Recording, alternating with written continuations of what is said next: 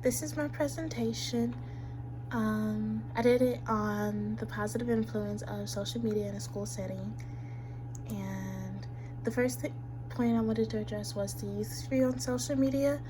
So I wanted to address both the positive and negatives of this. So it's the positive impact on school activities and independent study. So students can learn more outside of class, like they can learn other languages and things of, and if they're struggling with a certain subject in class, they can learn about it more through social media platforms such as YouTube, or I'm sure they have like Instagram pages and people tweet about it. So like all throughout social media, there are people using it for educational purposes.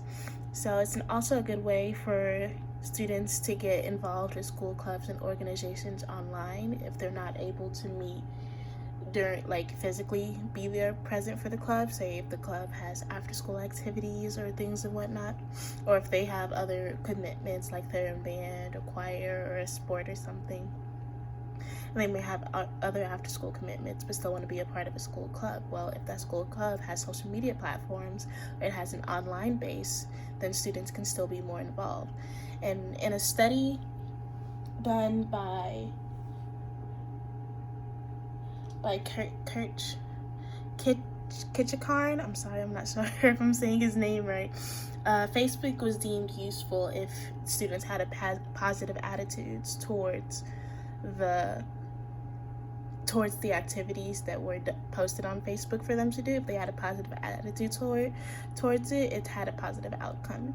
So a negative of the use on social media is the impact on the classroom environment. So it could affect cyberbullying is a real big concern with online activities, especially among the youth.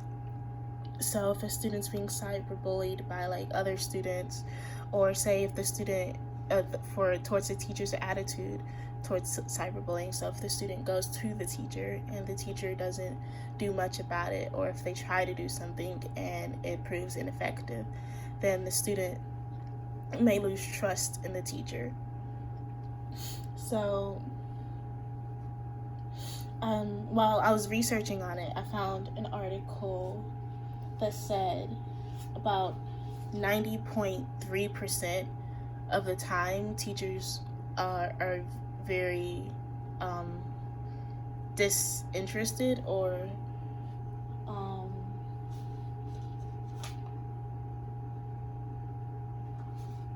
well, not more so disinterested, where they were just kind of separated. They didn't care much about the cyberbullying. Like, they didn't do much for it.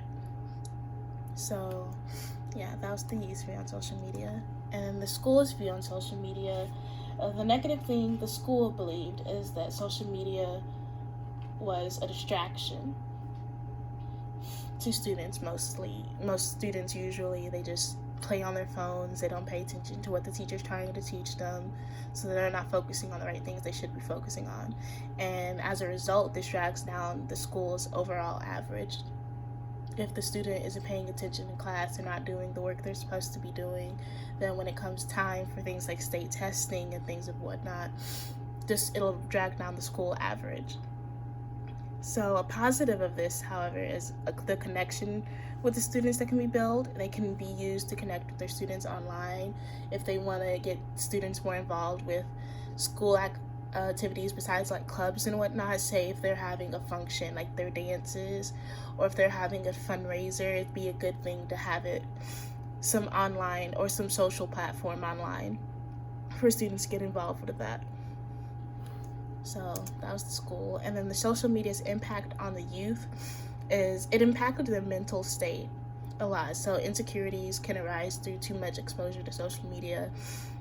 You know, if you're seeing all these beautiful people and you're comparing yourself to all these beautiful people from across the world, then it could really drag down your self-esteem if you're not confident in yourself. And it could also lead to an increased dropout rates or amount of students skipping class. If a student feels inadequate as a student and they feel they're not good enough, they're not going to want to be in a setting that makes them feel that way. So they'll more than likely just stay home, stay in bed, and they won't be so inclined to actually go to school.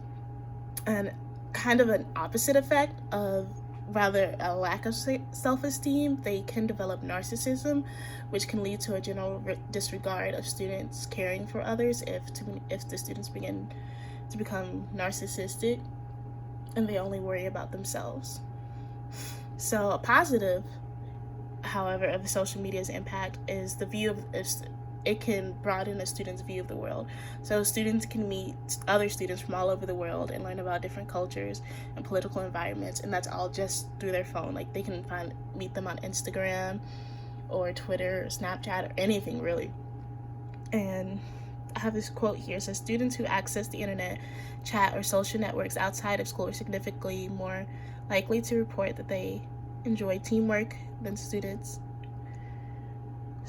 who did not, but they reported slightly poor attitudes towards team members. So they this should have been so students who were able to enjoy teamwork more if they were more active on the internet and whatnot. So my conclusion was the benefits of social media in an educational environment have been proven across the globe in various forms, whether it be the students using it for their independent studies or the teachers using it to offer alternative means of completing assignments or learning the lesson. Social media can be welcomed with open arms into the education system. Although it may have its negatives, there is always a way to turn them into positives with initiative. Yeah, thank you.